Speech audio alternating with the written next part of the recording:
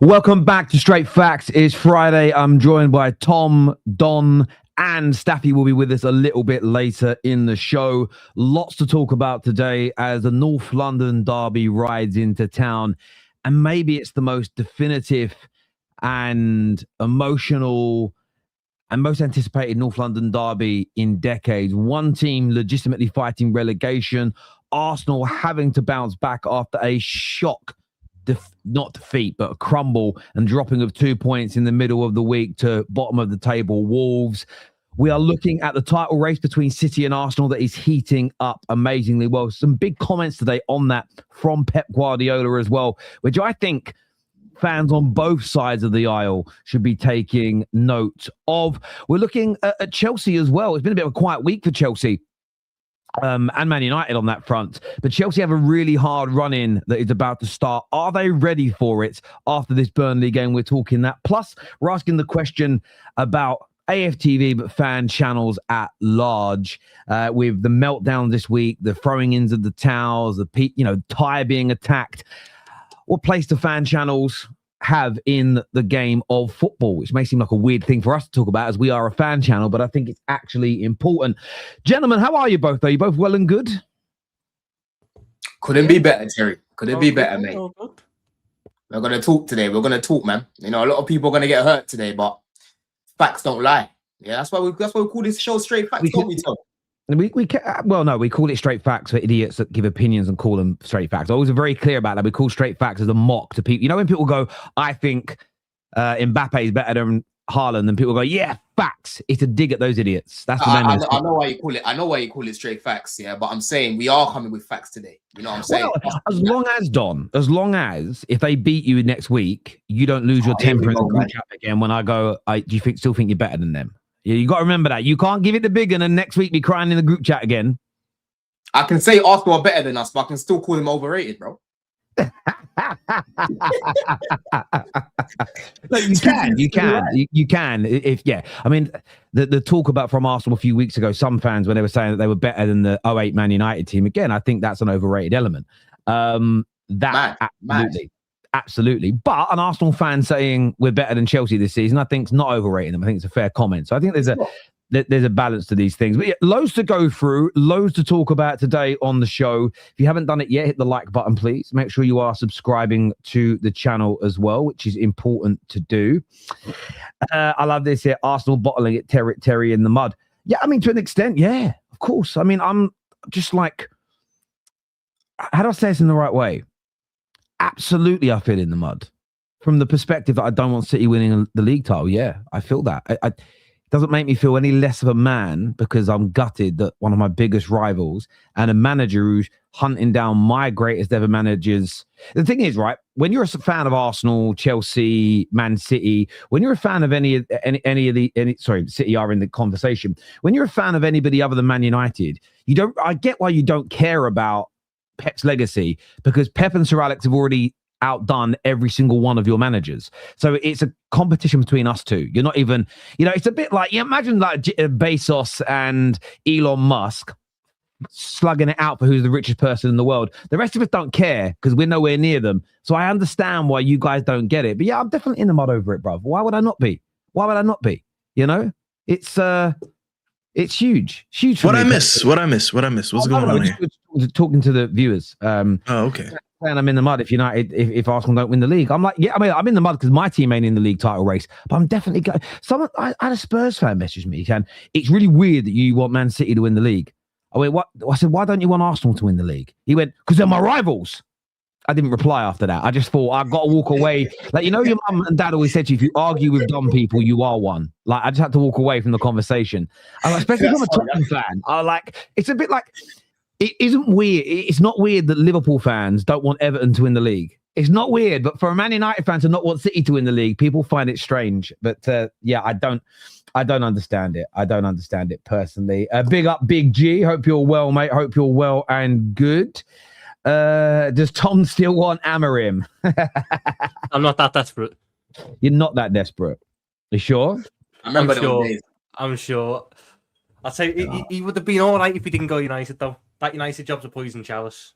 It was crazy. There was a time where I was bragging about getting Emram ahead of you, and you were upset that I got him ahead of you. That was actually a real time in football. Like that's crazy. How about Robertson? How about Robertson, Tom? Is he still better than Cuckoo then? Yeah. He won a lead out last year, didn't he? Here we go, man. Wow, do you know what? I don't think he's better than him now, but I think Andy Robertson at his peak in the Premier League was definitely better, was a bit ahead of Gyokeres, I would say. Offensively, I would say, yeah, going up. Going up. I'm not going to nitpick over what part. Overall, as a left back, with what he's achieved, what he's won, what he's done in the English game, yeah, he's ahead. Yeah, but the good thing is, we wasn't speaking about this 3-4 years ago. We had this conversation. When was it, Staffy? In the summer? Was it last summer? It wasn't the summer that just passed. The one before it. Yeah. So it was a recent conversation where Robertson was on his way down, and this guy was still fighting for him. Yeah. Funny enough, I was on that stream as well with you guys. I remember that. You were there, bro. I do get that. It was us three, yeah. Yeah. Big up Luke Skywalker, by the way, for encouraging everyone to get that like button hit today. Yes, let's get that done, please, people. Look, I want to actually start. We'll let the audience build up before we get into the North London derby and the title race. I wanted to start a little bit with Chelsea. We might touch a little bit on Man United for the top 4 race. We're going to talk a bit more Chelsea, and only because we don't play till Monday, and we've got a number of shows between now and then where we'll pick up more on United. But I want to start a bit with Chelsea and Liverpool that have important games this weekend, and maybe they're going a little under the radar because, to be honest, it's been a nice week for Man United, Liverpool, and Chelsea that we've not really been mentioned. There's not really been any focus on us. We're not, whether we're in it or not, we've not been getting battered by Bodo Glimt. Do you get what I mean? We didn't, throw away leads against relegation sides. We didn't this week see. Anthony Gordon, 10 fucking Champions League goals in a season. Who'd have guessed it? In one season, he matches Eden Hazard's goal tally in the Champions League. And he's 3 goals away, by the way, from surpassing every single attacker in Premier League football history. And he 3 more goals, and he becomes the highest goal scoring Premier League player in a single season ever. If he gets 6 more goals, he becomes the highest goal scorer ever in a single Champions League season. It's crazy numbers. He's not far from R9's goal tally as well. Yeah, R9's tally. I think Rooney only got about 35 Champions League goals. The man's a third of the way there, and it's crazy. It's crazy. It really is. Harry Kane's highest ever in a season, I think, is 12 in a singular season, and he'd done that at Bayern Munich. He didn't do it for a more than that, but he didn't do it for a Premier League team. We've got the record at the minute, haven't we? It's one of our front 3 from 2017-18. Yeah. And by the way, when we go, here he goes. I'm not sitting there. I'm never going to say Anthony Gordon's better than Eden Hazard. I'm not an idiot. I'm just pointing out how crazy that amount of goals are, because it is hard to score in the Champions League. Valley, that's why I mentioned R9 as well. That's why I mentioned R9. Yeah, exactly. Anthony Gordon's, the R9's record in the Champions League, it really. I saw him. I saw him put a hat trick in at Old Trafford. He was an amazing player, but it's mad how good he was. He doesn't have sort of a legacy in there. So the only thing that's weird about his career, he doesn't really have a legacy in the Champions League, if that makes sense. Barring that game at United, there's a handful of games, but there was no runs. He didn't win it. It's kind of weird considering how good he was. I know he had the knees as well, and he loved the beer. He did love the beer. But obviously, a massive weekend for Chelsea and Liverpool. But I wanted to start with you, Dom, because you've got Burnley at home, which, for all intents and purposes, you should be winning. Mm-hmm. How are you feeling about that game, though, ahead of what is going to be a very tough run-in for you, where you play a plethora of teams, including your next game after that is Arsenal, but you play Man City, Newcastle, away at Everton, away at Aston Villa, and that will also be sort of sandwiched between an away game to Wrexham in the FA Cup and, of course, your Champions League knockout games, which could be against PSG. So you've got a massive 6 weeks really ahead of you. And this, I would say, is your last sort of gimme, which you're really expected to win no matter what. How are you feeling ahead of it after, of course, the collapse against Leeds a few weeks ago? How confident are you feeling? I'm confident. I'm confident we'll get the job done. I did a preview earlier with a Burnley fan. Big up Joel. And Burnley right now, Terry, they're in a absolute shit show, man. They've got problems with the ownership. They've got problems with Scott Parker. A lot of their fans want him sacked. They've got problems with the squad. A lot of the players that are in that squad aren't good enough, bro. You're looking at the likes of, Kyle Walker there, bro. Like, Marcus Edwards hasn't been a great signing so far. Broja's been a flop. They're just a bang average team, bro. From time you're starting Hannibal, and he's telling me Hannibal's the guy that he looks at to be doing anything for him, bro, then I know that team's not serious. I know that team's not serious, bro. You know what I'm saying? So in this game, I'm expecting us to, to beat Burnley. But what I really want is a professional performance. I'm not really one to really be talking much about, clean sheets and that. But I really want us to get a clean sheet in this game because we deserve it, bro. Yeah. They owe us one after what they did against Leeds. Because to be winning against Leeds and then to fuck about and drop points the way that we did, you better score at least 3 goals and make sure they don't score a goal. You know what I'm saying? Because Burnley, I'm telling you, Terry, every time they come to the Bridge, recent times have been in the Prem, they leave with something. You know what I'm saying? Last season, they weren't here, but the season before that, we drew with them. I think the season before that, we drew as well.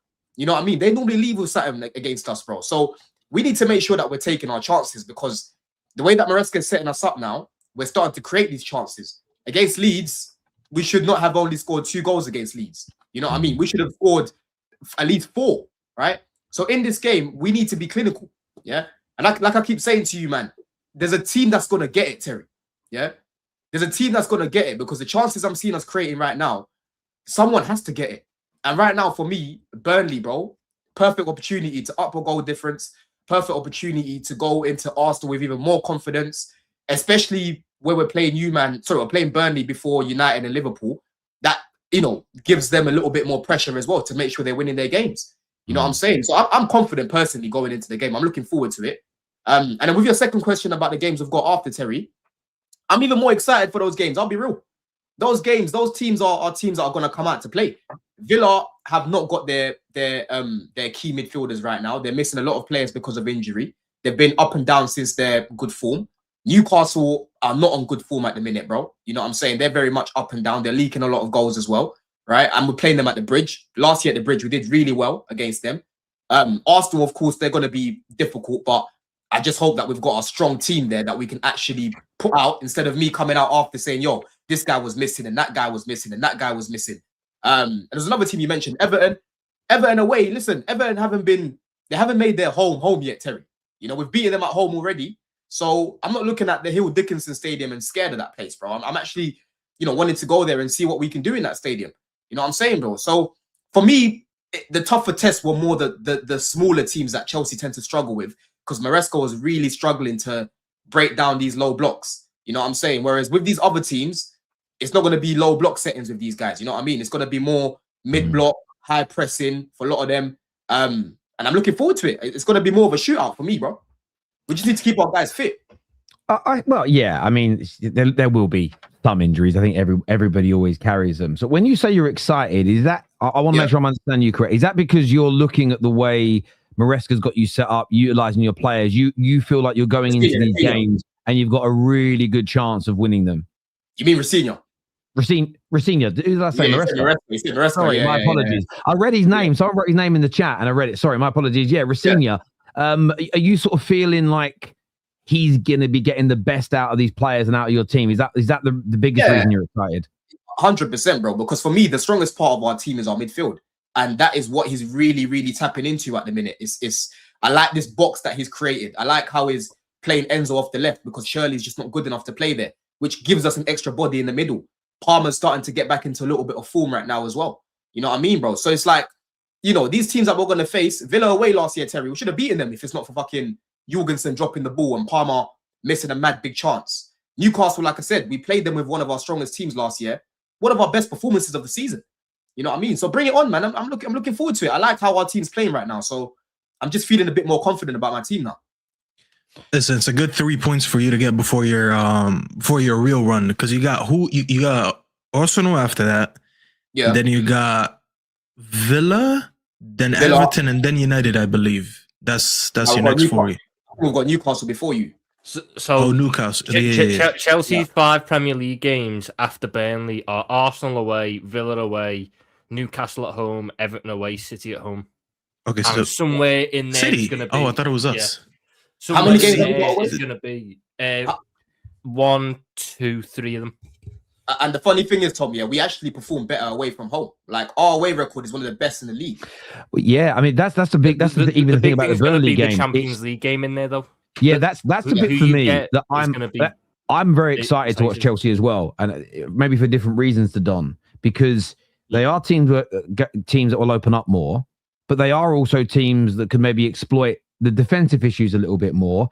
And this is where, as a United fan, and the same goes for Liverpool, is that you guys have got FA Cup games. You've then got the knockouts of the Champions League starting, but you've got it in a period where something has to give somewhere in the sense that you can't play your strongest 11 in all those games. And there was, me and Henry Wright were looking at this earlier. No one quite knows the draw yet, but there is the possibility that before your Newcastle game, the Champions League game before it and after it is also Newcastle. You could play Newcastle 3 times in 8 days. So again, that's where, as a United fan, obviously I want yourselves and Liverpool to drop points because I want us to, I want us to get back in the Champions League.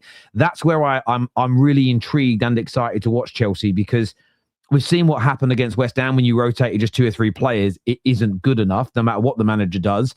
It's where I'm intrigued to know where you're going to rotate. Where is he going to play strongest team? My gut feeling says you're going to do it for the Premier League and try and re-qualify for the Champions League, as opposed to your strongest team for the Cup and the champs. But at the same time, there's an opportunity to win the Champions League because there are some very good teams in it. But nobody's sort of infallible. We saw that with PSG the other night. Yes, they won 3-2. But they had loads of moments in that game where they looked like they could be opened up. So it's going to be an intriguing one with Chelsea, in my opinion. I'm quite excited about Chelsea's running next month or so. And that's why I'm saying, bro, like, we really need to dig in deep, yeah. And you can say this for every team in terms of keeping their players fit, but we really need to. Because like I said, in January, we didn't strengthen our team apart from obviously bringing in Saar. Like, our attack has actually been weakened, bro. There's no Gittins, obviously. There's no Buonanotte wasn't great for us, but he didn't really get much of an opportunity. He's gone. There's a kid called Jesse Derry who seems to be promoted into the team, but let's see how much game time he actually gets. But Terry, for me, you know how I feel about this team, bro. If we can keep those guys together, that team can beat anyone. It just becomes a problem when we start to, lose a lot of players at once, man. What's the goal from the next 5 games in terms of points? I was just about to ask. What's the goal? What are you aiming to get? Yeah, because we're in a top 4 race, all 3 of us. Yeah. Your easy run pretty much just ended, and I'm glad you guys dropped points to Leeds, because that's the same day I dropped points to West Ham. But now you're, after the Burnley game, you enter the more difficult period in your schedule, and then obviously, as we said, you got Champions League shit like that, so it just becomes a lot harder for you. What's the goal from at least the next 5 games? I can't lie, Staffy. Yeah, I'm gonna say, bro, I really want to beat Arsenal, bro. I really want to predict. Oh, trust me, we know that. I really want to. I thought you would have been quite happy to lose to Arsenal, considering the way you're going about them, Bro, I really want to predict, like 15 points. I do. But realistically, do I think that's going to happen? Probably not. You know what I mean? But if we can win most of these games and, like, let's say we draw one of them, then, okay, let's say like 12, innit? Maybe 12, 13 points, I'd say. Let me rephrase the question slightly, because I know you said about injuries and everything else, but all things being equal, and you're probably going to get some injuries in those games, we're all going to get them in that period. What's your non-negotiable where there isn't, we could have got 15, but these 2 players are missing, so I'm happy with 13. What is the non-negotiable where you look at Rafinha in your squad and go, in the next 5 games, this is bare minimum what we need to get? What's your non-negotiable? Yeah, minimum. You have to get minimum 10 points, bro. Minimum. In fact, yeah, I'll probably say nah. In fact, I'll even say 12, bruv. I'll even say 12. I'll be real. I think 10 is reasonable. There's 3 wins, a draw, and a loss. I think 10 is a lot more sort of in the ballpark, because you've got first and third back to back, and it's like 3 days in between. I can see you dropping points in them games, especially with it being back to back and both of them being away from home. But your home games against Burnley and Newcastle, and then you've got an away game to Everton, who, as you said, they're not really settling into the Hill Dickinson as well as he did at Goodison. That's 9 points there. You should expect one more. I'll probably say a bare minimum, at least 10 points there. But like I said, Villa, listen, we need to get it back in blood, man. Like, when they came to the bridge, the first half, nowhere near us, and then second half, Watkins ends up changing the game. Emery changed the game for them. And one thing about them, like, we love playing against them. I love playing against Villa because I rate both of our midfields. You know what I mean? When we go to Villa Park, I don't know if you guys remember when Enzo scored that mad free kick. You know what I mean? Like, we've been to Villa Park recently and, played really well there. It's just last season we didn't get the result. So I'm actually looking forward to these games, man. But 10 points minimum. 10 points minimum. Yeah, I think that's fair. I was, in fairness, on Henry Wright's show that I recorded earlier, I started off by predicting. I think I predicted Man United in the next 5 games. I think I predicted about 10 points for us. I then said like 12 for Chelsea. I think I said about 12 for Liverpool as well. And then by the end of the show, when I'm just taking it all back from you guys, because it's so hard to judge. And this isn't sitting on the fence. This is trying to be really sensible. For instance, and we'll get onto this later, but if Arsenal lose against Spurs this weekend, I think your chances of beating them increases. Where if they play really well this weekend and win, and maybe City drop points, I think it's a much harder game to then go to the Emirates. Equally, you have no idea who you're going to get in the Champions League.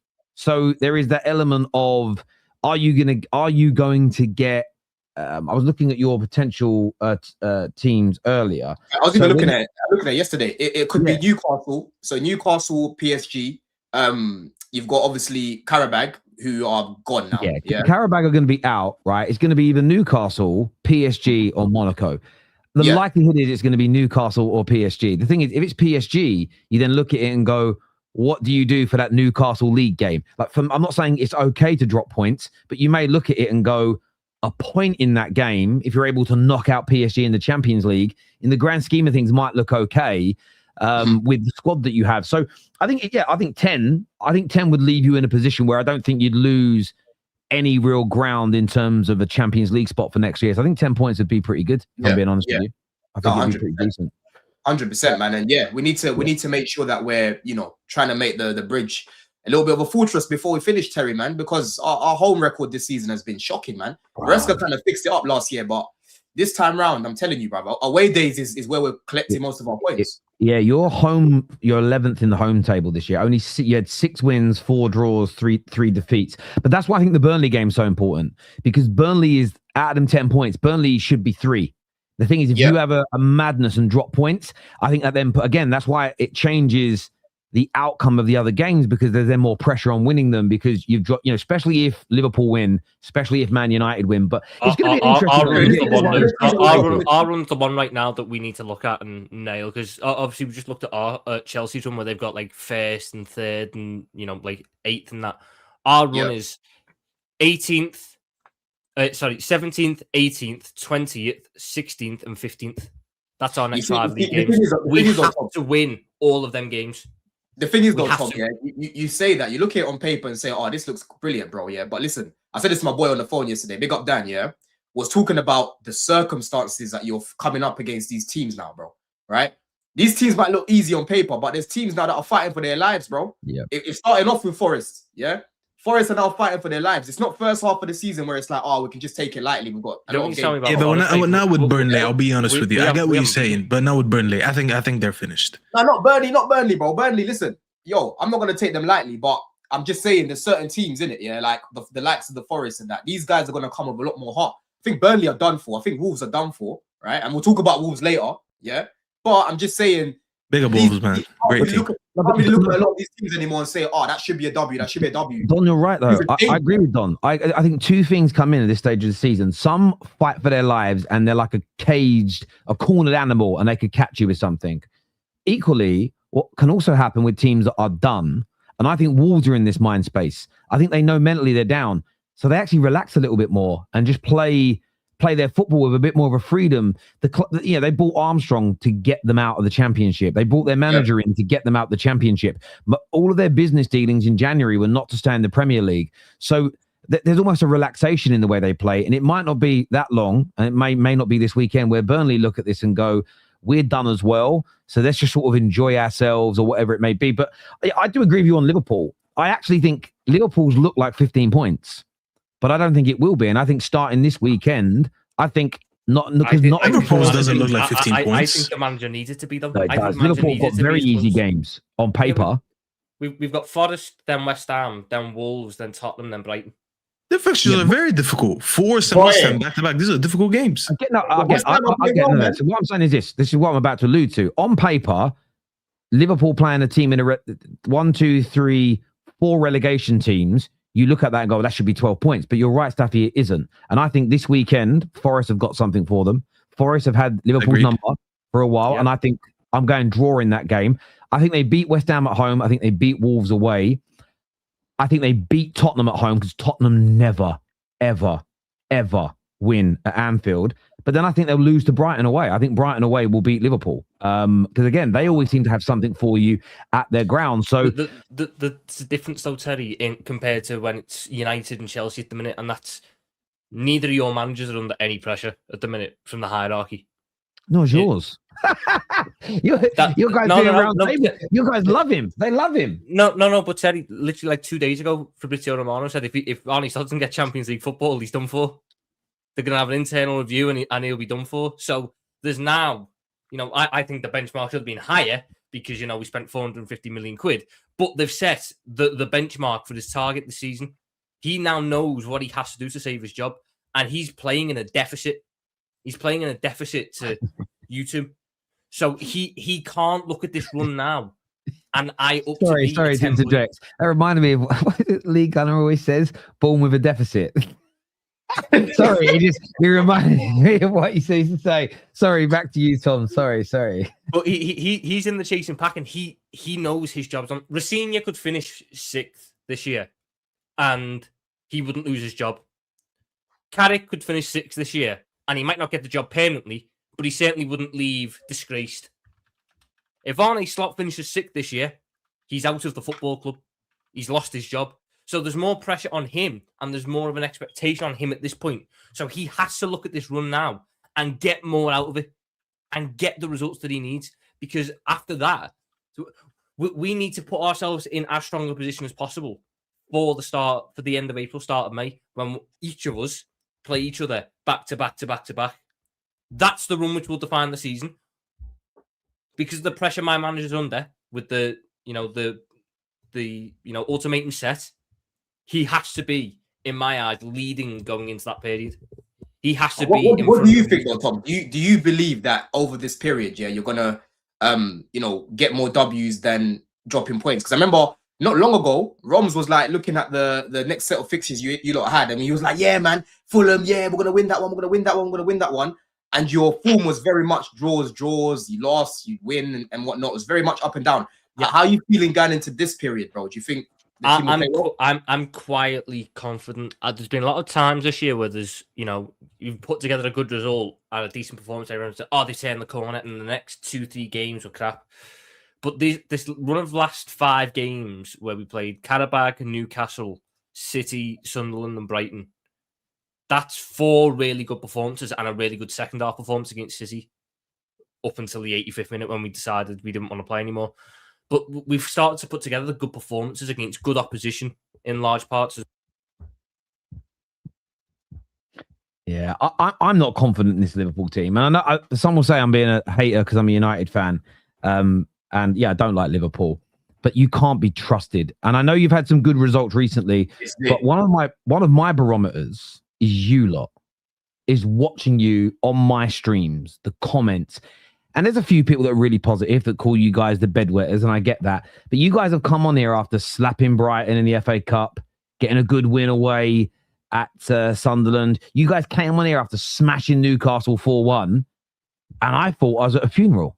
And that, for me, is always telling. The reaction I get from fans, I've had it from Chelsea fans in the last couple of years. There's been times where I've seen Chelsea fans come on my match reactions, and you can see they're like, "Oh, I'm really enjoying what's going on." There's other times where they're winning games, and it's like, "Hey, how you doing, John?" And they'll go, "Yeah, happy with the win, happy with the win." So what?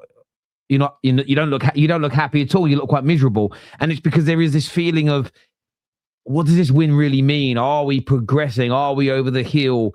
I don't know. I don't know if you guys. I think that's a lot of, because how many times have certain fans this year got themselves up? So like when we beat Real Madrid 1-0, they got themselves up. They went, "We're back. We're going to turn it round now. It's only November. We're going to put together the run." And then we lost the next 3 games by an aggregate score of 10-1. So then they put themselves all the way back down again. And then you start to get some decent runs, and then you put themselves back down again. This run for me is different than any of the other ones we put together because it's been consistently good performances. We had the 13-game unbeaten run earlier this season. That was the single worst unbeaten run in terms of quality you've ever seen. We drew with about half the bottom of the table. That was it. We could not buy a win in half the games. But this run, I know we lost to City, so it's not a 5-win run, but 4 wins and a loss to second in the table. but it was a good second half performance that we built on against Sunderland, who were unbeaten at home. Now he put together a good performance against Brighton. Should have been 4-0 because the goal ruled out, which shouldn't have been ruled out. That's another real good confidence builder. And you go into games that Forest worries me because Arne Slot's never beaten Forest. But that Hoodoo's the only one that really worries me. I've got West Ham at home. I think you can get that job. You can get the job done there. Wolves away, one at Arsenal. Tottenham at home. I think you get the job done there. Did they say we're not Arsenal? Yeah, we're not Arsenal. And then Brighton away, we get the job done because Brighton. I don't think people quite understand how bad they are at the minute. Yeah, man. Their form's only second worst to Crystal Palace, who wants to sack their manager now, despite the fact he said I'm going in the summer. It's like Brighton are another one that's in a really bad spot. That's why I look at this run now and go, you have to really you have to really push for 15, especially with your job on the line. It's not the same pressure that Rossini and Carrick are under. Your job is on the line here. There's a lot more expectation on you. You have to come out this run with an absolute bare minimum. You know, we said bare minimum for you, Don, was 10 points. Yeah. It's 13 for me. You can only drop points in one game here. You have to leave most of these games with wins. I think you speak facts because your games, again, it's the on paper, they're very winnable and there's much harder games to come. And the worst thing for any, we'll talk more Man United early part of next week, but it's this element of if United and Chelsea pick up 10, 12 points in the next 5 and you guys only pick up 8, you're in trouble of qualification. You know, the same as if Chelsea end up only picking up 8 points, but you guys get 12 to 15 and United get 12 to 15. Chelsea's situation is there. And the very least what you've got to do is get what your opponents get in the next 5 games for this top 4 race, which I think the top 4 race has sort of been a little bit undercooked so far. I don't know if you think that, Staffy. No one's really talking about it too much, but I actually think it's going to be really exciting in the last 12 games. To be fair, we've been talking about it. And I think it's only going to heat up from here. With what, 11, 12 games left? 12 games left for all of us. We're all having some similar yet difficult fixtures coming up. And we face each other at some point in April to May. So that's when it's going to get a little bit better. That's when we face Chelsea, then Chelsea face Liverpool. So that's when it's going to get a little bit better. I think I didn't think it was going to be a title race. We're going to touch on that later. I was saying that the top 4 race is going to be even more heated than anything else this season. But now it looks like the title race is back on because of the Wolves game. So we'll talk about that. But no, I think the top 4 race is going to be nice. I still think Villa going to continue to drop points. And I'm looking at United's fixtures.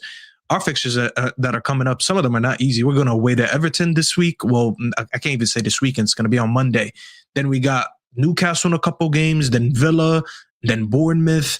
So as I said, how are you feeling about that? Before we even talk about the rest of the games, how are you feeling about playing on a Monday? Considering, bro, listen. First of all, it's always United. I'm sorry, people might hate when we say this, but we turned on the lights in Sky Sports. Okay, they need a main event from Man United every other week. Remember that? Remember when we went 5 weeks in a row playing every Monday night? And of course, mainly it's because we were in Europe and that, so the scheduling forced us to play on some of these days.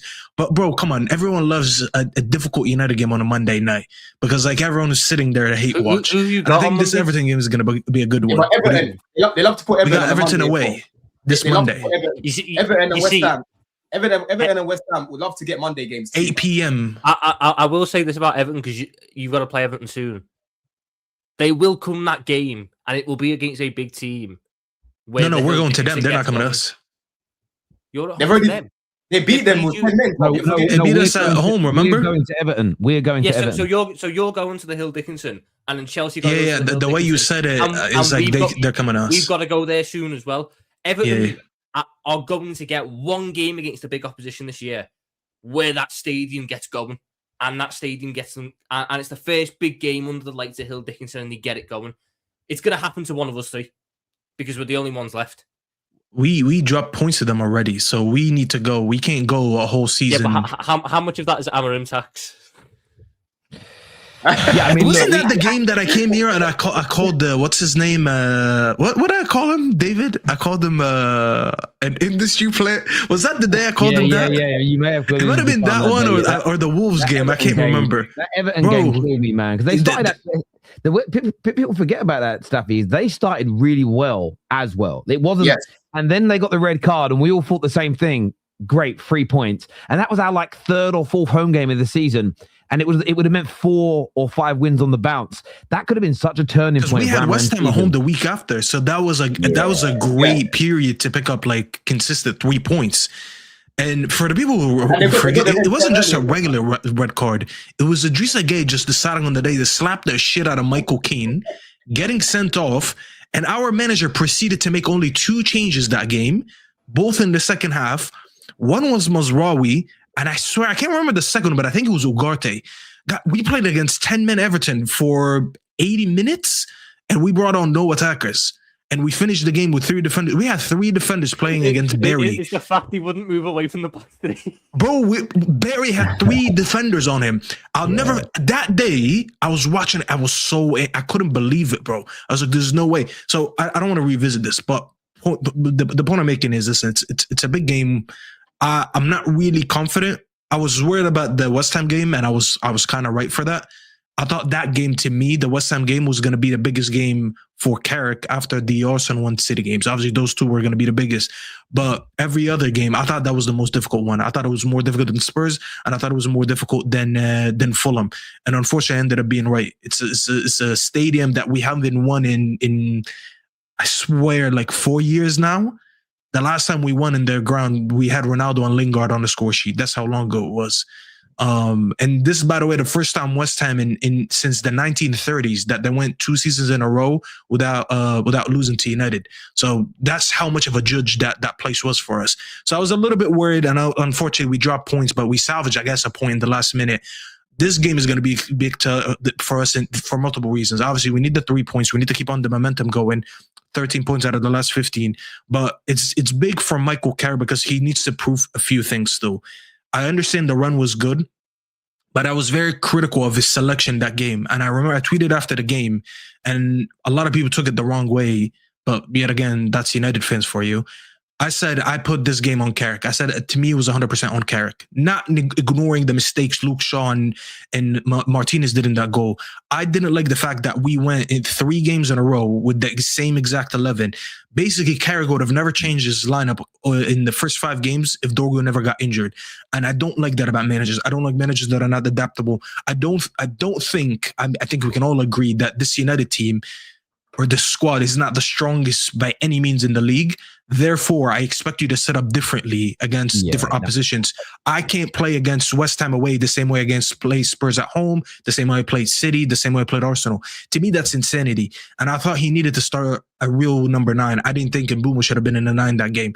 And I think if he made these subs earlier, or in fact, he started Sesko, I think we would have won the game, because when Xerxes came on and Sesko came on, the change was so obvious, even if it's like very little shots on target that Sesko was just taking from random areas in the pitch.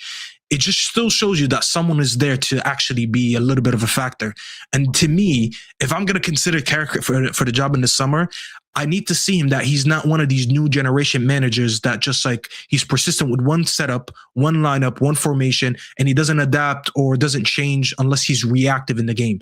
And this is going to be a big game for him to prove that. This Everton team is not easy to play at all. They have Ndiaye playing. They got your boy Tyreek George playing. Done. They got the what do they call him? The KDB of the Conference League. What's the name? KDH. It's not going to be an easy game. I'll be honest. It's a very physical team. Yeah. We don't really do that well against Everton, anyways. Like we'll get results, but it's always a difficult game for us. So it's going to be a big game, bro. I'll back the team. I think with the form that we're on, I'm going to back us to get the 3 points. But it's a huge test for Carrick and the team. So it's going to be a big game for us.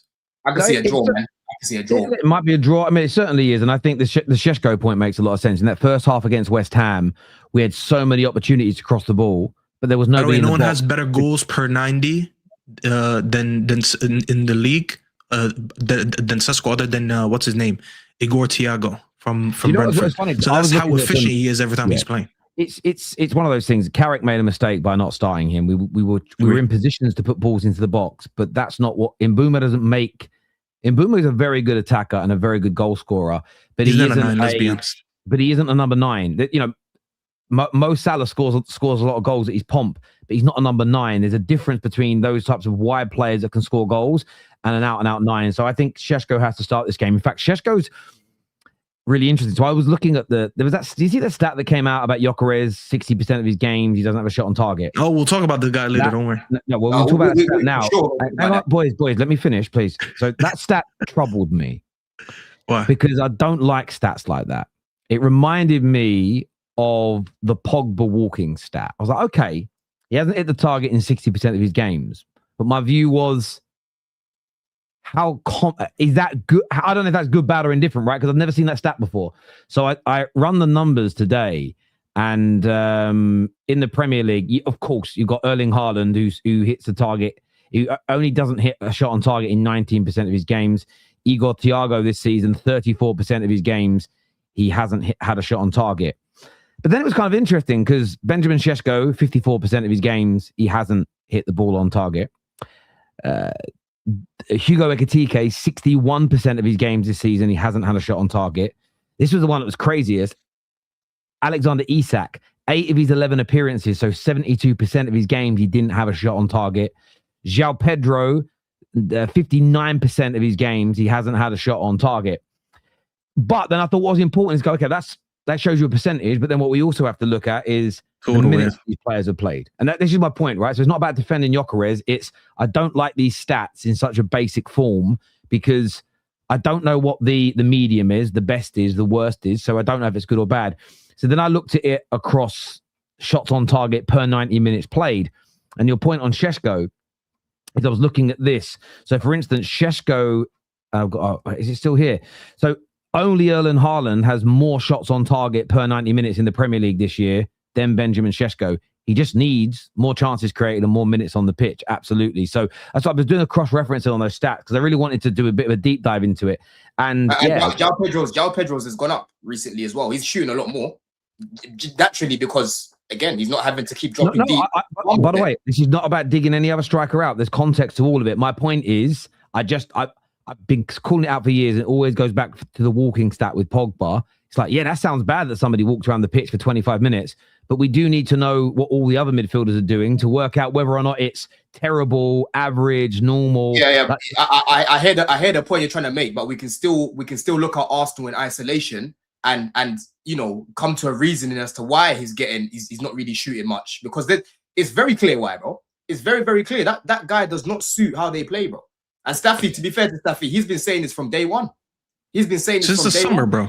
So before he even signed. So I haven't changed my tone on this.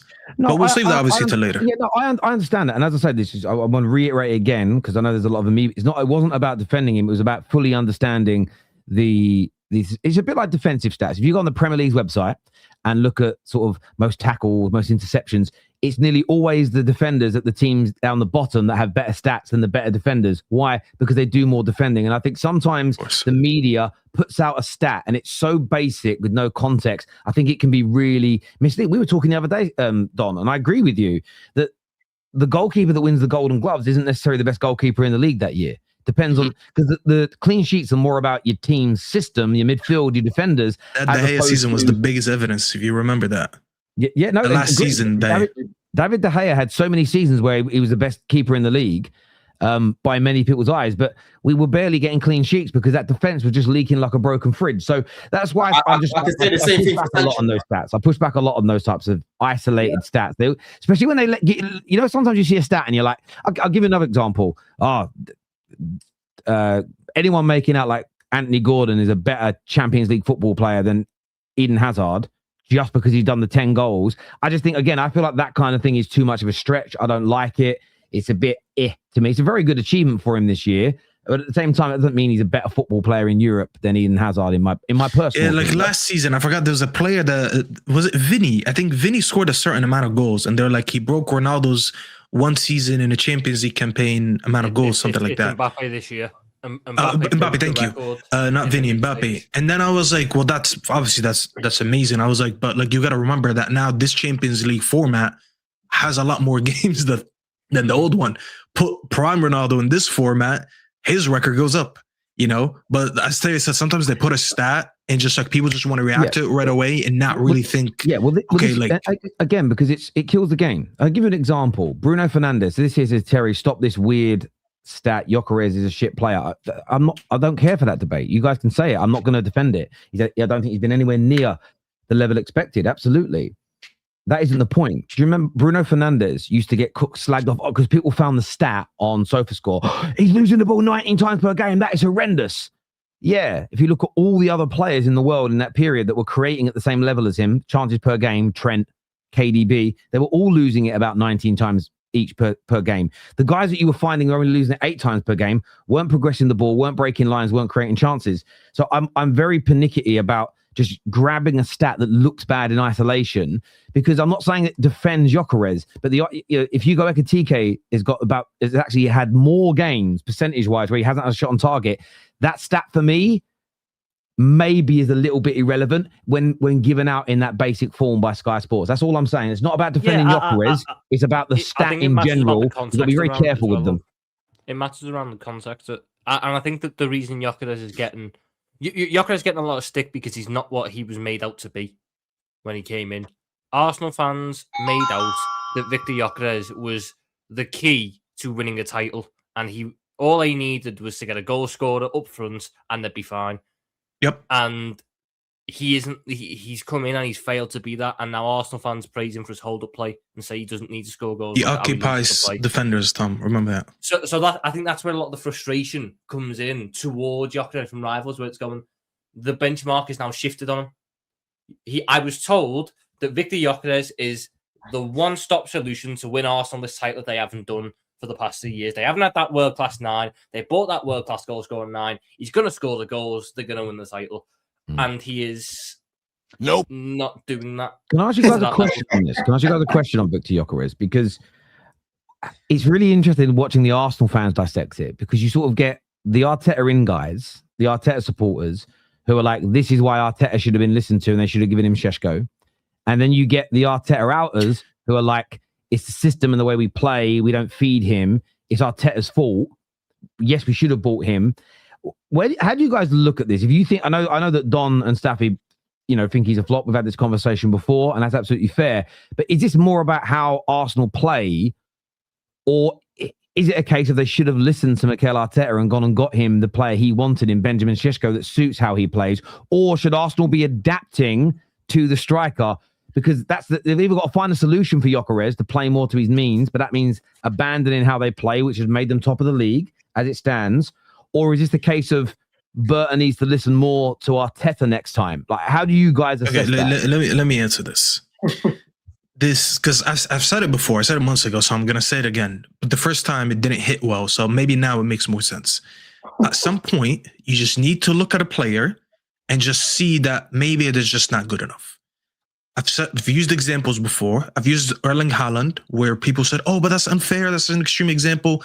But when you want to be a league-winning team and you sign a player who fits any league, if Haaland goes to any team tomorrow, arguably 99% of us are not going to worry about the style of play of that team, because we're going to be like, you know what? He's a very good player. He can play in the low block. He can play in the transition. We've seen him actually play both styles under City, where they were playing against low blocks, and this season became a little bit more transitional. The guy just goes to every country and he just bangs. We've seen him do it in Salzburg. We've seen him do it in Dortmund. We've seen him do it at City. We've seen him do it in multiple teams. Victor Gyokeres, about 3 years ago, was a championship player. It's a fact. I'm sorry if it upsets people. He was a championship player. He goes to Liga NOS, which we learned the hard way. A lot of us over the last 2 seasons, we don't really take that league seriously anymore. You'll have some good players, you'll have some good managers, but the majority can't really come in and translate it right away. I don't look at Victor Gyokeres and look at the style of play that he plays, and does it fill me with confidence that he goes anywhere, in any team, in any league, and right away start banging. I don't look at him that way. I don't think he's that good. Equally, I don't look at him and say, you know what? You need to cater the way that you play to him. He doesn't garner that. He doesn't earn that. Yes, he did well in Liga NOS those 2 years when he scored about 100 goals, but I don't think anyone looked at him and said, you just bring him in and you build the whole system around him. He's never going to be the best player on a team. He might be the top goal scorer on a team, but it doesn't mean that you just play in a way that suits him, because I don't think he's earned that, and I don't think he's fundamentally good enough to just build everyone around him. This season, it's very clear that he came in and he lost a lot of his advantages that he had in Liga NOS. These things were what? Physicality and speed. People call him fat. He's not fat. He's very, very fit. He's one of the most fit players I've ever seen. And for us, fit doesn't mean what you guys mean by fit. I'm not flirting with him. He's just physically in very good shape. He's not all of a sudden he looks slow. He just lost that advantage that he used to have on the Portuguese league center backs because he can't bully him around over here. So when he's asked to step away a little bit from his element and become a little bit more intelligent and become a little bit more smarter off the ball, make good runs into the box, just be a fox in the box sometimes, things like that, he doesn't have that in him, which is why I don't understand why it took a lot of fans until February to see that. A lot of, and I understand the fans that wanted to be positive. People like Giuseppe, listen, respect to him, it's his opinion. I thought it was ludicrous to say that I won't judge a striker coming in until like a year and a half later. He was saying that. I remember he said it multiple times on the Football Terrace. And I thought it's absolutely baffling that anyone could give a player about a year and a half to just show glimpses, to just show like a touch on the ball, to just show anticipation, to just show little things that any striker that you paid about 70 million pounds for can bring to the team. I don't know why it took some fans that long to see it. I get some fans trying to be positive, but if you were really honest with yourself and you watched him in the summer, you would have never looked at this guy and said, you know what? He's the perfect fit for this Arsenal team. Equally, though, I will start now blaming Arteta a little bit more because I felt like I defended Arteta a lot this season. It's not a coincidence that people like Don all season called out the lack of creativity, the lack of central progression, the lack of creativity outside of set pieces and corners, which a lot of people didn't want to hear, but now we're having an honest conversation because it's becoming more evidential. And remember, I told you last week, Terry, I don't like to say things only when it happens. If I see it about to happen, then I'll say it. I don't have to say, oh, now that I saw the results, now I can start talking about it. It's cheap. It's cheap and it's boring and it doesn't take any, I'm not going to lie, it doesn't take a lot of IQ to do these things. When people like Dunn was saying that, people call him delusional, people call him a hater, people doing this, and that. But at the end of the day, it is true. You look at this team right now, Arteta does not coach this team well enough offensively. Outside of set pieces, outside of corners, I'll be honest, they don't look excited. They don't look like they have a lot of freedom anyways in the final third to be doing it. Some people might blame it on quality. Some people might blame it on coaching. I think it's a perfect mix of both. And we're seeing the results of it. And unfortunately for some fans, they had the blindfold on until February. And I'm going to leave it with this because I don't want to ramble on for too long. I was on this show, a couple weeks ago, and you'll remember this, Terry. I said this. I'm still going to give it to Arsenal. I still think they're going to win the league because they still have a points advantage. But if you remember, I said this, I don't remember one team that has won the league and never had an outstanding attacker in their front line. The only team that we used an example was City, and they had about 5 players that were in double-digit goals. Arsenal don't have 5 players in double-digit goals right now, and they don't have that one outstanding player like Liverpool had Mo Salah last season or like City had Haaland a couple seasons ago. And eventually, it caught up to them. And now we're starting to have these honest conversations because the point gap went from, I don't know from how much, now to 5 points that eventually might be 2 points, and then they have to face them at that. So they're having a serious reality check right now about some of the things that I felt like they were just kicking the can down the road. But now it's time to have these conversations, and a lot of people are not ready for it. Yeah, but it's the same way. The reason why we're having these honest conversations and you know, they can't really say much. A lot of these deluded guys who ironically try to call us deluded, Staffy, right? Is because they're not getting the results. They can't hide behind the results. It's the same way that, you know, a lot of people now are looking at Saka's performances and they can't overly defend this guy right now because the GNA has dried up. It's a similar sort of thing as that, bro. These men right now are not on good form, bro. These performances that they've had recently, right? You might have the odd game like against Leeds where they did really well. Champions League, to be fair to them, 7 out of 7 is amazing. And I think they've actually been really good in the Champions League this season, to be fair to them, right? But in the Prem, they've been very much up and down, you know, very much, you know, the same sort of going to the wide areas, trying to cross in the ball, you know, trying to get those margins in terms of the crosses and the corners and the set pieces. And I'm not sitting here saying set pieces aren't part of the game, but it becomes a problem when you can clearly see that your team played for them, bro. You know what I mean? That's when it becomes a real problem. And that's why a lot of people are like, yo, they call these guys set piece FC because away from the set pieces, Arsenal, I'm telling you, bro, like there's times, Terry, I'm sitting there and I'm like, yo, it's a fucking chore to watch these guys. Yeah. It's an absolute chore to watch these guys. But then at the same time, as much as I think a lot of their players are overrated, bro, I think that their manager is just a negative Nancy, right? I don't understand why. Well, that was going to be my question to you, Don. So I didn't check. So I'll put the question in because I think it's part of it. Is why do you think this wobble is happening? Because it's just 10 points from their last 21. There's been the last 2 games have led, and there's been a collapse, and a lot of their fans have called out, not killing the games off. Do you think this is more a player issue or a manager and tactics issue? I think it's a bit of both, man. I look at their team. There's a lot of players very similar to Chelsea. Certain players have been running to the ground, right? Because we just haven't had adequate cover for them. Whereas with these guys, bro, you've got Norgard right there. And this guy's getting treated as if he just came out of the academy. This guy was literally playing for Brentford, who comfortably was staying up in the league. He's got a lot of experience, bro. He's one of the few players in their team that actually looks up in the midfield and punches it in between the lines and helps them start attacks. Rice doesn't do that consistently, yeah? Zubimendi, he was doing it at the start of the season, but then I don't know what the hell has happened to this guy on the ball, because now it's very much side to side. It's like he's allergic to going down the middle. You know what I mean? It's very much side to side. Norgard can't really get a game.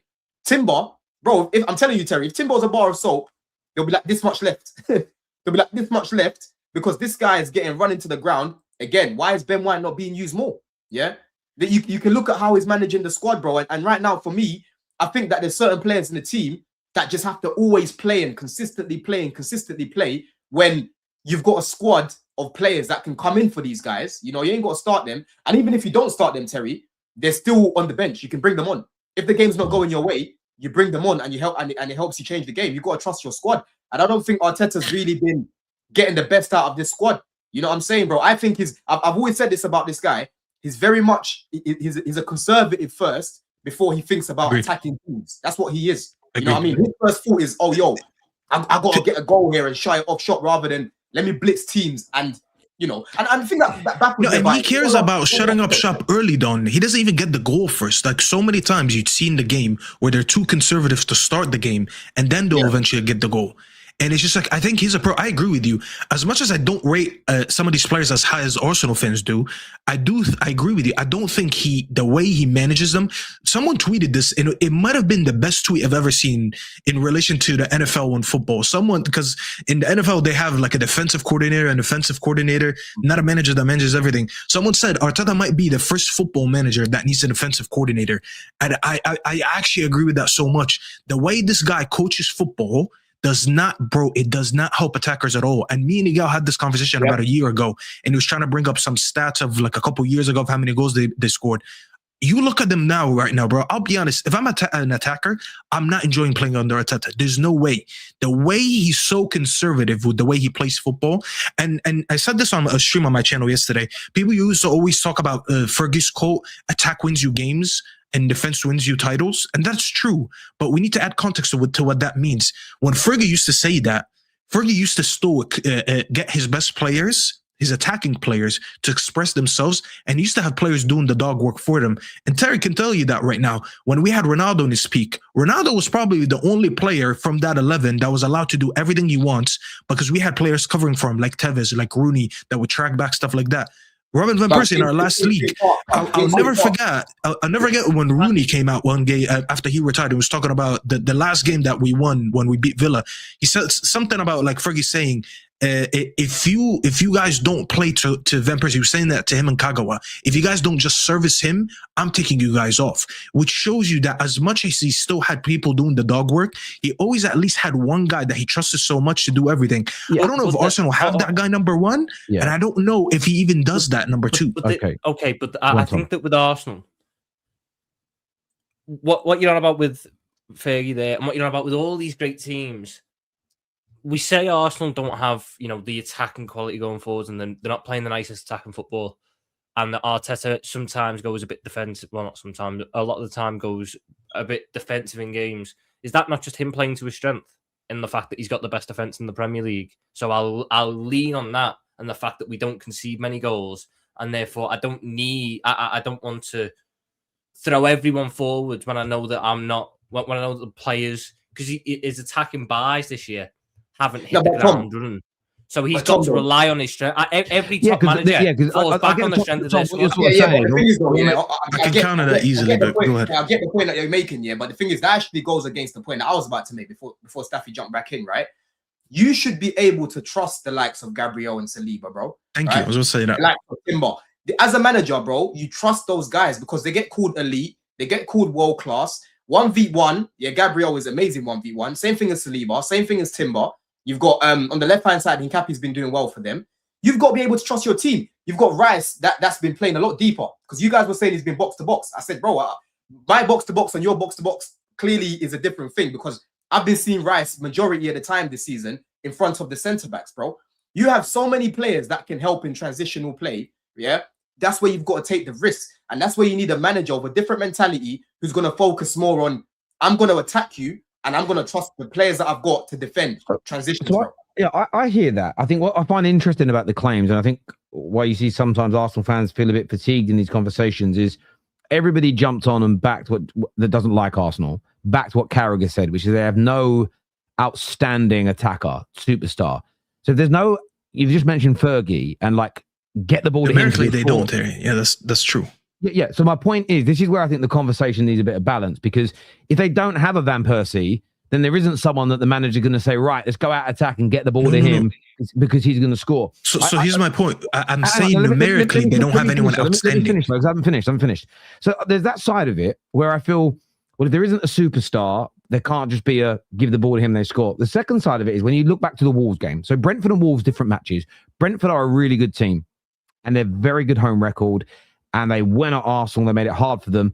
And some, if they're not being biased, might go, that weren't a bad point considering Brentford with a better team. The Wolves game, though, what I would say about trusting people is Martinelli had 3 chances to kill the game off. Could have put them 2-0 up. It was like 2 yards from goal to lift it over the goalkeeper. Should have made it 2-0. At 2-1 on the 73rd minute, I think it was. I'm looking back at my notes here in the game. There was a mistake by Wolves. Wolves made about 6 mistakes in that game, by the way, but they gave the ball away near their own box.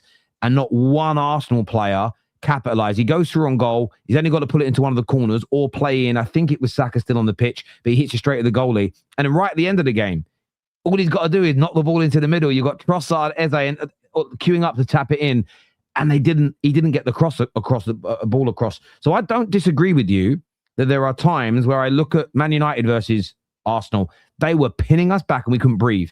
They scored and they let up a little bit. Now, for me, that's where I criticize more the manager and the players. But I also look at the Wolves game, and as much as Arteta can take blame, they weren't just sitting back on a 1-0 lead. They had 3, 4, 5, 6 massive opportunities to kill the game, and the players missed them. And that's where I look at it and go, there's a personnel issue as well, in terms of they don't have that goal scorer who is absolutely clinical that can help kill those games off, because those chances Martinelli had, I feel like if that was Semenyo at City, if that was Haaland at City, that's goals. If that was or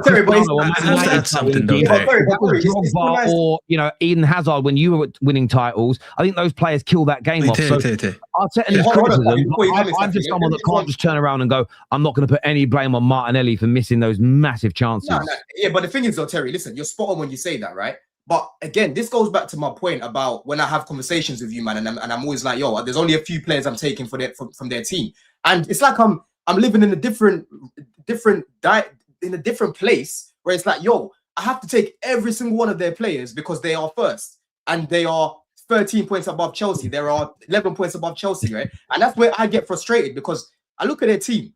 Martinelli, bro, he's got 1 goal, 1 Premier League goal. Yeah, Madueke. You already know what Madueke is. I know he's been scoring a few goals recently, but his performances haven't been great.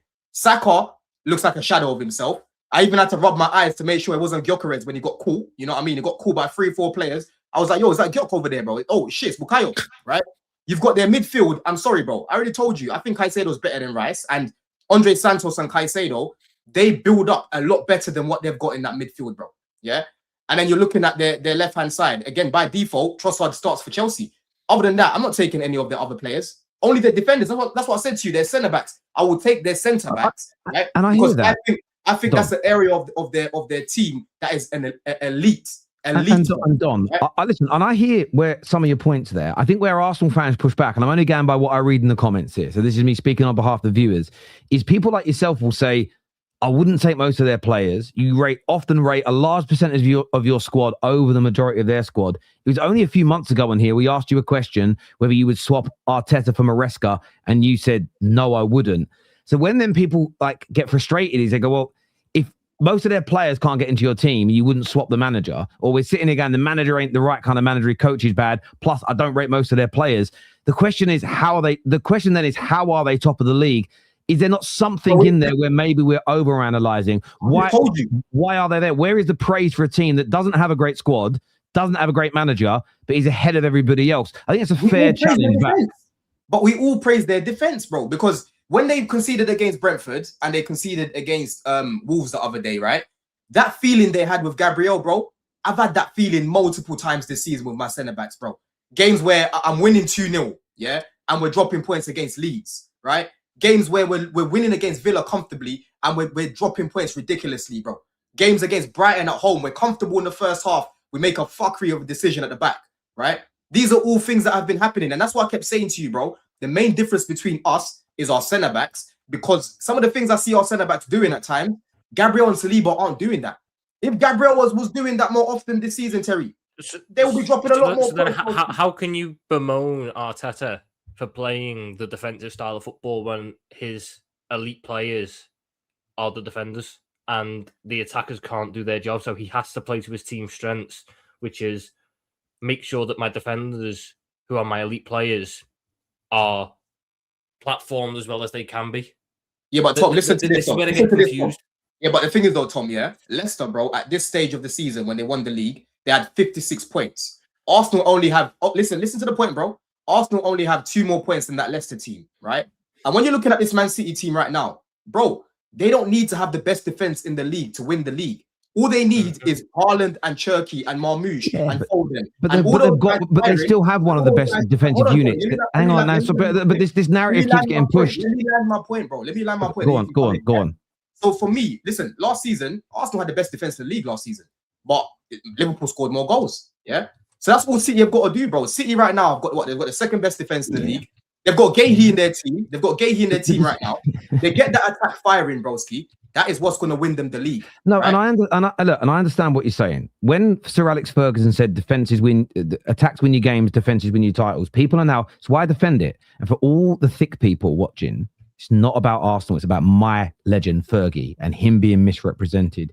Doesn't mean that the team with the actual best defensive record definitely wins the league. There's a combination in there, but rarely do you see a team with a bad defense win the league title. Equally, a team that can't score goals doesn't win the league title. It's a balance of the two things. But this is what I mean by if the Arsenal only top because of their defense. Again, I don't like this narrative because I think it is too extreme. They're the second highest goal scorers in the league. They're only 2 goals behind Manchester City. And yes, people will go set pieces, but they are the second highest open play goal scorers in the league as well. So at the end of the day, I'm not saying that their attack can't be improved. I'm not saying they've got the most perfect attack in the world, but they dominate the ball in most games. They score one of the highest amount of goals from open play in the league. They're brilliant at set pieces from an attacking point of view, which is a good skill. By the way, just like Man United are, and I praise it, just like Chelsea are, and I praise it. And defensively, they're very sound as well. I think it's over the top to go, they're only top because they've conceded 4 less goals than Manchester City this year. Do I think they could improve their attack? Do I think they could kill games off and maintain an attack more? Absolutely. And I think there's balance in it. But this idea of the only thing that's really good about Arsenal is their defense, I think that is an overstatement, if I'm being honest, considering that I'll be real. The second highest goal scorers in the league, and only City have more open play goals than them now. Yeah, but you mentioned all these open play goals. 1 second, though. You mentioned all these open play goals, and their highest goal scorer is Gyokeres, who's only had like 1 goal outside of the promoted sides this season on 8 goals. They don't even have one, bro. They don't have one attacker in the top 10 this season. So, you know what I'm saying? So it's like we're talking about all these goals. Hang on. Sorry. Just let me address that point really quick. I've already sat here and said they don't have that superstar output guy. But then again, isn't another strength of their team that it's coached in a way where multiple players are able to score goals? So as much as they don't have one guy hasn't got 20 of the goals. And that is, hang on. Sorry, let me just finish the point. Yes, one guy hasn't got 20 goals from open play. Absolutely. But the team is still the second highest goal scorer from open play. I don't see why that's because they're good at defending. But Terry, you're missing the point though. You're up against a Man City team who do have goal scorers in their team. Bro. That's the point you're missing. Yeah, they do have goal scorers in their team. So the question, the conversation here is it sustainable to be trying to score goals the way that? But then maybe that's about then, and maybe that's why people get frustrated at the conversation. So so we can maybe move on to that question. Do you feel that City are going to catch them and overtake them? Because if no one does, then it all feels very futile having the conversation. So over to you, boys. Do you think City are now going to smell the blood in the water, and is the blue shark going to eat Arsenal? Oh, the thing that's putting me off with City at the minute is we sit there and we go on about Arsenal and they're not scoring enough goals. City are throwing away games by conceding too many. For the way Arsenal lost against Wolves, Tottenham, that Man City Tottenham game should never have happened. Regardless of Dominic Solanke's brilliance, the way that Tottenham game went for City should never have happened. They should never have threw away a 2-0 lead in the same way Arsenal should have never thrown away a 2-0 lead.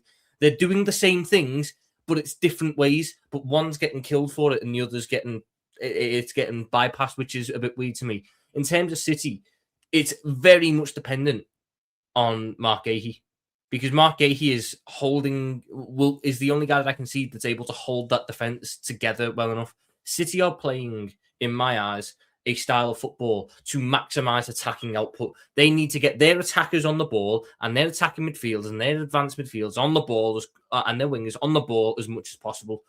Because further back, they're nowhere near as strong as they used to be. They don't have the Rodri that was a Ballon d'Or winner and could hold down a midfield on his own. They don't have the centre-back partnerships of the yesteryear, which were so versatile and so strong against all types of attackers that you could play them in multiple ways. They don't have the fullbacks that they used to have in Walker and Cancelo, which were two of the best in the league. They're playing midfielders out of position there. They need to keep the ball as far away from their defence as possible. And there's been a lot of games this season where I think City are showing the most frailties they've ever shown. And for me, that's where I look at this now and I go, it's either way. It's whose strength do we see being outlasting the other? Because City, if City, their goals, if they're not scoring 3 goals a game, I can't guarantee they're going to win a game. Tom, I'm happy you said that. I'm happy you said that because at no point, by the way, did I change my opinion that I still will think Arsenal are going to win this. I said this earlier and I'm going to say it again.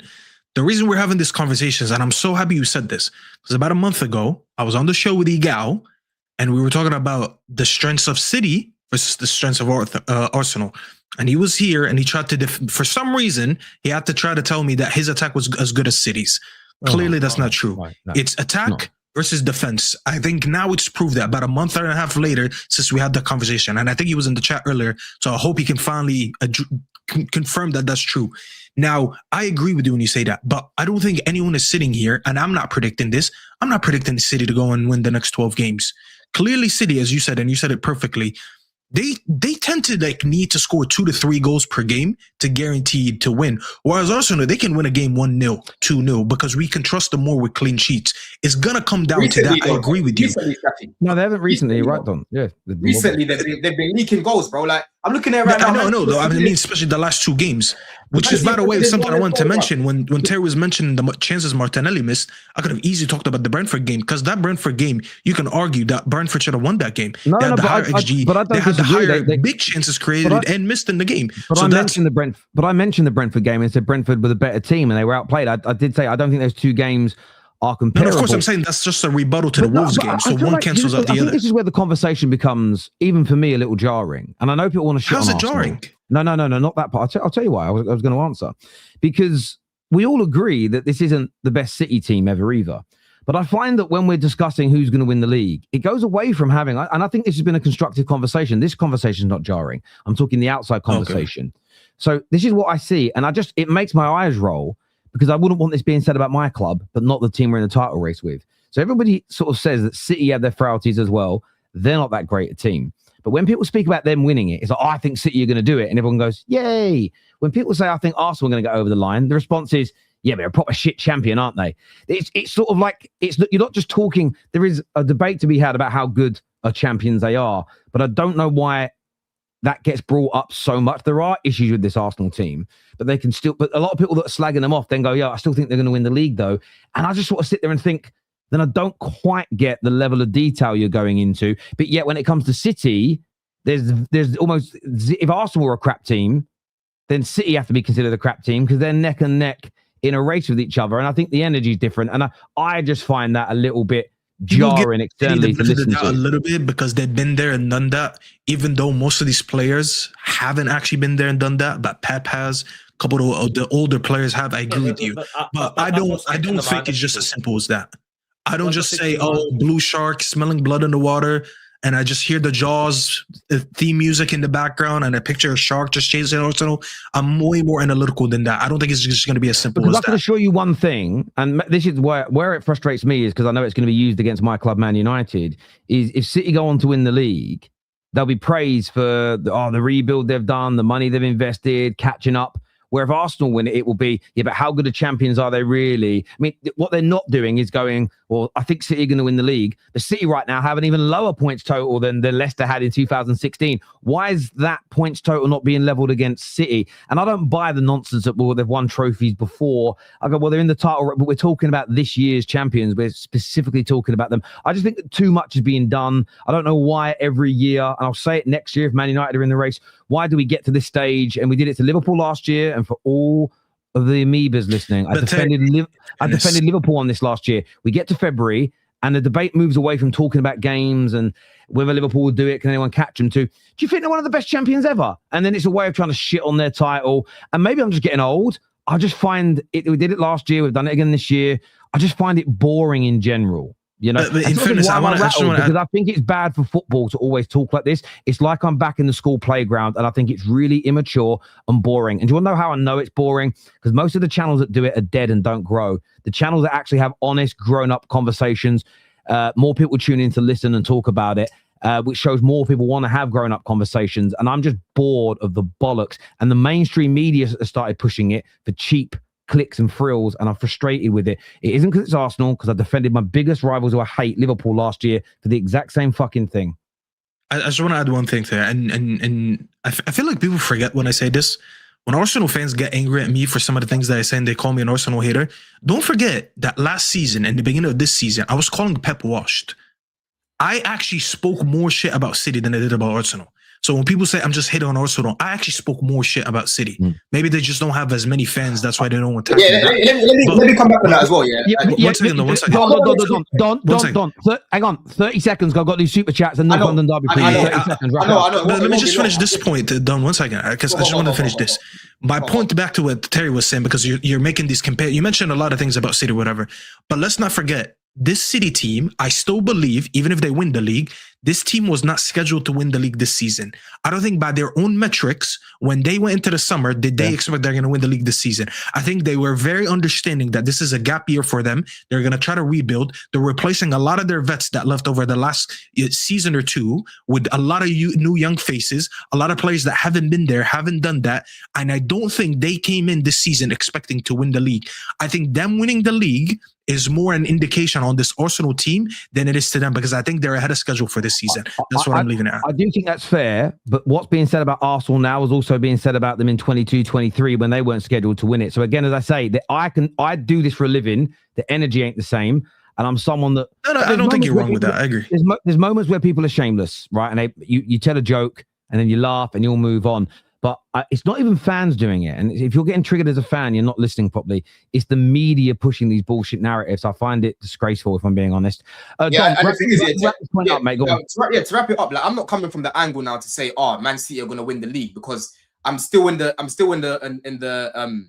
place of, I haven't seen Semenyo and Cherki and these guys get over the line. It's not Gundogan and KDB. If it was, different story, bro. I'll be saying, yo, they're going to go and win it now, right? And a few weeks ago, if you remember, Terry, when they signed Semenyo and Guehi, I said, bro, I literally defended Arsenal on here, saying, yo, Arsenal still have a good team. They're still in the driving seat right now. Yeah. It doesn't necessarily mean City are going to win the league. I'm more just coming from a point of Arsenal have had many opportunities to run away from Man City because they haven't been great, but they keep failing to do this, and they keep leaving the door wide open for them, bro. So at the minute, it's like you're delaying something which you should have wrapped up weeks ago, if anything. You know what I'm saying, bro? And now you're getting into that period of the season where, again, going back to what I said to Tom, the circumstances that you're coming up against these teams now are different. You can't look at anyone now and say that's going to be a W. That's going to be a W. Things have changed. Things have changed. That. And one thing I'll add to that before we go into the super chats is one thing I think a lot of Arsenal fans, and I pulled Anton on this, I said it to Positive Dan earlier on in the season, is you're disrespecting how good this league is. There is strong. Now, I'm not even caring about comparing it to 10 years ago or 2 years ago. It's not even important. Right now, it's hard to win games here. And let's not pretend like the English teams aren't looking like some of the best in Europe, because we're battering up most of the European sides as well. Like, we're looking so much better than them, typically speaking. It shows how hard it is. And I think there was a lot of Arsenal fans that disrespected the quality of the Premier League like it was going to be a cakewalk. I agree with that. Is this Arsenal's title chances? Sorry. Is Arsenal's title chances over? Personally, I think so. We'll finish second again. Arteta out. That's a fair point. Great panel today. Keep up the work, fellas. Don't forget to like and subscribe. Thank you very much, bro. Arsenal went the whole season unbeaten. Try that. I'm not sure what that's in relation to. We beat you guys. End up in the league, it will be a dead league with no real outstanding teams. Will they be the worst winners ever? 100%. These guys are so insecure, you know. Honestly, Rob, you and a lot of your fan base are so insecure, bruv. Honestly. Well, it definitely won't happen. I think the winner of this season, regardless of who it is going to be one of the worst champions in recent times. My energy will stay the same. How about this? Poch's Tottenham team was better than this Arsenal team. How about that? They might have played better attacking football, I agree. They were better. They were better, bro. Even defensively, they were good. They were solid, bruv. Alderweireld and Vertonghen. Yo, Kyle Walker. Yo, you guys, maybe you guys weren't here. I was there. So no trophies better than teams that win trophies. If Arsenal win the league, was better. They didn't win anything, but they were better. I'm just asking because I can find Man United teams that didn't win Champions Leagues that play better football than both your Champions League winning teams. Does that mean they're better than them? Hey, Terry, listen, just thank Hazard. I'm just asking for a reference. Battle the bridge, bro. Thank my club, you know what I'm saying, for helping to save football and not allowing Tottenham to go win the league. I'm going to make a new overlay for shows with Don where the screen just starts blinking deflection when he deflects from a question. We've got to do it, you know. Mentality is shit. Saka feels flat. Arteta said levels are not good enough. That's not how winners react to losing. They should be itching to prove it. Right. Do you know what I'll say, Lil? You might be right. At the same time, if they were coming out today saying we're going to bounce back, we'll go again, we know we let you down, the reaction might be from some people, shut the fuck up and do it on the pitch. This time round, they're just sort of saying, we know it ain't right. We're going to handle. They're not really saying too much, and that will annoy other people. I don't think the reaction publicly. That's what we've been going through this year with Liverpool and Van Dijk. Because after every loss, Van Dijk comes out and says, "We're going to go back. We're going to bounce back." And after 4 times of hearing it and nothing changing, you're going, "Don't say it if you're not going to do it." Man United fans have been in the same place where you get to the point where you say, "Shut up, fucking talking about it and do it on the pitch." I love this comment here. It says Bodo Glimt will open Arsenal's defense like a toilet seat. Bodo Glimt, by the way, what they did to Inter Milan. It was I don't know if you boys watched it. It was fucking beautiful. As much as we can shit on Arsenal, we're shitting any Premier League team. I can't wait to see Judge Mo next. Judge Mo has avoided the terrace since that game. He's not been in the group chats. They got beat by Bodo Glimt. It's a madness, bruv. I can't wait to cook him. They will play exactly the way you guys are mentioning against Spurs. After that, they will go back to shit, nervous football. On the North London, we'll come back to that in a minute because we'll have that last 5 minutes on that. Okay, Terry, so you say that, Terry, but this is the fewest amount of points for a leader since Leicester, which you have said everybody was crap that season. So why is that not applied to Arsenal? Very, very, very good question. So great super chat. It's a great super chat. For me, Leicester would not have won the league if you would have had a very good Man City, a very good Liverpool, and a very good Arsenal that season. Very good Spurs. They wouldn't have done it. So a lot of the top teams, okay, were wait, why are you forgetting the team that should have won the league back to back and we fucked about the second season, bro? Okay, Chelsea as well. Chelsea fell off that season as well after being champions. So you talk about insecurity and then you say that. So for me, you didn't include us. Like, what was the fucking guys, because we're going to run out of time. Sorry, guys, we're going to run out of time. I've got 8 minutes. I've got a meeting I've got to go to. Sorry. So from my point of view, I get the challenge, but nearly every single big team that year was poor. Had that Chelsea team had maintained its levels from the year before, would have got 90 odd points. because I think the league didn't, there was the overall quality of the league wasn't particularly high. I don't know how well we were doing in Europe at the time, but I don't think it was particularly great. They had 81 points. None of the outstanding teams had good seasons. Equally, Man United won the league and won a treble with 75 points. So again, any Man United fan doing that, low points means you're a shit team. What does that mean? You're calling the treble winning team shit? Idiotic, in my personal opinion. I won't do it. I won't do it. The treble team didn't win on 75. It was the 96 team. The treble team, it might have been a slightly more. And let me just check. The treble team in 1999. The 96 team won on 75 points. And listen, I did some research about that season. 79. Okay, hang on. Okay, because I'm going to run out of time. Sorry, 79 points. But still, like my point is, Arsenal track. Hang on, Arsenal tracking towards 81 points, right? So the point is, if we say that makes you a shit champion, why would Man United fans ever push that narrative online? I'm not going to do it. Fuck that shit. Terry, you're never going to beat the accusations. You just did this, yeah. That's the celebration that Saka did. 6-7. Hang on, no, that's the celebration that Mbumo does. What are we doing here? Oh no, Saka, Mbumo did this. Saka did this, yeah. It is what it is. Again, I keep telling people this. A lot of the things you hear me defend is nothing about Arsenal or Liverpool. It's about my club's legacies. I will never push a narrative that can be used to undermine my manager and my club's achievements. I don't care who I have to defend along the way. I will always fight for my club's legacy. I won't attack my own club to hurt Arsenal. I'm not a bitch like that. The good thing for me is I don't need to chase likes and views because I get them organically. So I don't need to. We know you clickbait for Arsenal fans. We know that. This weekend, both teams can win, lose, and draw, or Arsenal win and Man City lose. The whole weekend story could change. AMT, you're right. And that's why, for me, I think there's been a lot of Arsenal fans that have thrown the towel in. I do think they're an embarrassment to their football club. It's like you guys at the weak underbelly of some Arsenal fans this week, I think has been an embarrassment. But see how we're more rational than that, Terry. I know we don't want to talk about the North London derby, and I'll lead on to that right now. But see how we're more rational than that? We have been at least consistent with our analysis, whether people like it or not. And I'm coming into today still giving them the same criticism I was given while still backing them to win the league. Because I still think because of the points advantage, they'll still find a way to do it. These guys went from saying, shut the fuck up, we're going to do it, to, oh my God, throw at the towel, and people were done. People were actually done after that game saying the season's over. And let's lead to the North London derby unless you have more super chats. In fairness with you, we haven't got time. You need to give me your score. You need to give me your predictions for the game because I've got a meeting with Google in 7 minutes and I've got to be there. I'll wrap it up in a minute.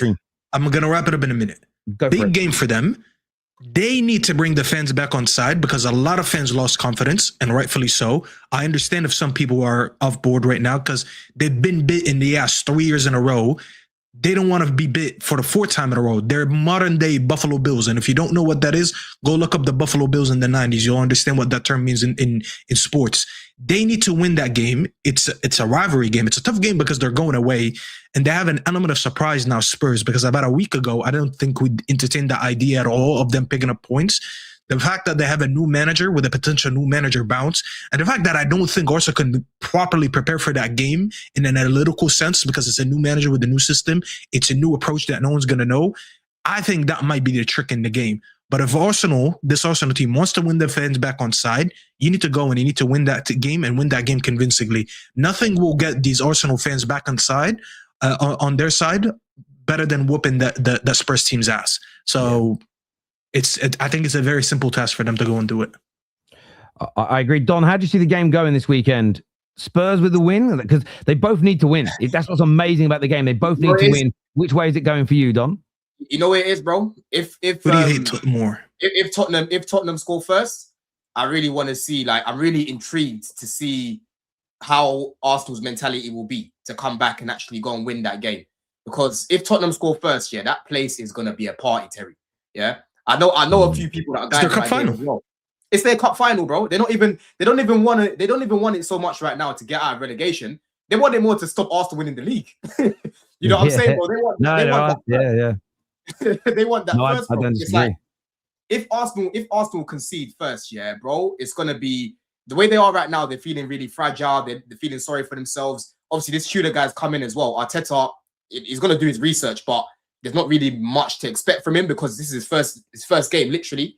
As a Tottenham fan right now, bro, as bad as you've been, you're playing Arsenal at a good time. You're playing Arsenal at a very good time, bro. Is it 2 wins in 7 games? 2 wins in 7. Yeah, it's a crazy one for me because I think if Spurs lose this weekend, I think they go down. I think Arsenal could theoretically relegate Spurs because I think that the confidence, I think any hope could be sucked out with a bad loss because I think West Ham win this weekend and I think they get dragged within 2 points and they go down. I've been saying it all week. Spurs, all the Spurs content creators, get your LinkedIn updated, get your CV updated because you're going back to work. What's your dad think of all of this, man?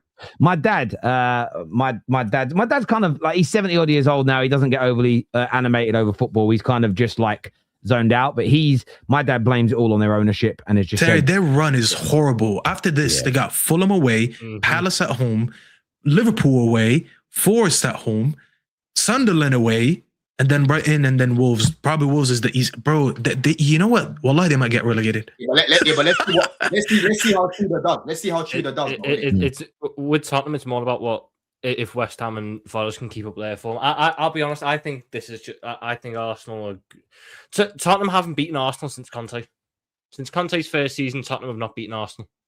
Yeah, if there's a time to beat them is right now. Because I think this Arsenal team is lacking confidence. But maybe seeing Spurs is the thing that gets them excited. Exactly. And Arsenal know, I think that the last 2 games, especially, and the manner in the way they drop points, it's the kick up the arse they need. It's the wake-up call. It's the City were always lurking in the background, but they weren't there. And now all of a sudden, it's very real that they could be there, so they need to book their ideas up. And there's no better game for that than a Northern derby against a Tottenham team, which say Arsenal haven't got any confidence. Tottenham's entire confidence is built on a manager coming in who has never lasted more than 12 months in a job. Effectively, he's not a great manager himself. It's crazy. I think Arsenal get it done and quite convincingly as well. Joshua Jack here with Super Chat says, you can't eliminate what they have done in the past to get over the line. Getting over the line matters. You only say it doesn't apply because one team has not shown they can do it. I didn't say that City getting over the line in the past is irrelevant now. That's not what I said. I think that that's a benefit for them. And if you think that's what's going to be the difference, I wouldn't disagree. What I stated is that if Arsenal or Arsenal win the league, they're bad champions because the league is bad. They're bad. The team that beats Arsenal to the league title by, say, a point can't suddenly be looked at as a brilliant team if Arsenal were a bad champion. I don't see how that logic... Not when it's City. If it was if Villa do it, different money. You got to remember, City have spent in the last 12 months nearly 60% of what Arteta spent in 6 years. So that's the difference. No one's saying that City's experience should be discounted in the conversation. I don't discount it. That's the reason why I'm nervous City might win the league as a United fan, because they've been there and done it before. So you must have misheard me there, Josh. Listen, boys, great debate today. Absolutely loved it. Really good challenge. Viewers as well. Great super chats. Great challenge for predictions you guys. For the game, Terry. Your predictions. I'm going 2-2. 2-2. I'm going for the North London derby. Oh, I'm going the same, actually. Yeah. I'm going 2-2. I think 1-1, man. 1-1. 3-0 Arsenal. Oh, okay. Tom. Secret Gooner, Tom. Man? I would never. Listen, I want to say a big thank you to everyone who's tuned in today. Like, share, and get yourself subscribing. By the way, if you want to check out Terry Fluid TV, my personal channel, got a big video that just dropped in relation to the Vinicius Junior situation. I've gone in a little bit, but I enjoyed it. I had to get it off my chest. I was pissed off with the amoebas, man. The amoebas have been annoying me this week. So go check out Terry Fluid TV right now, people. Go get subbed over there. Until next time, everybody, take care. Goodbye. God bless. And we'll see you all again very, very soon. Peace.